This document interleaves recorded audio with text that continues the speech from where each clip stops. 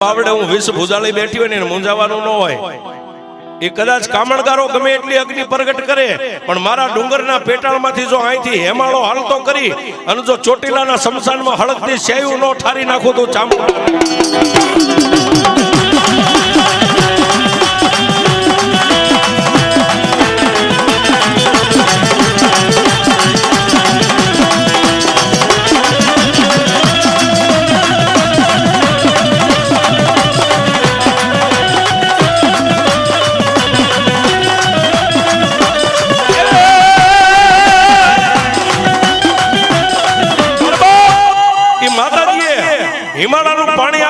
પાણીનો ધોધ ડુંગર નીચેથી નીકળ્યો શમશાનમાં પાણી પહોંચ્યું હળકથી શેઠ હરી ગઈ। ઓલો 9-10 વર્ષનો દીકરો જે અગ્નિના ભઠ્ઠામાં હતો એમ નામ જય ચામુંડા કરીને બહાર નીકળ્યો પણ તેથી મારી ચામુંડાએ કીધું દરબાર હવે જે મારું હિમાલયનું પાણી ડુંગર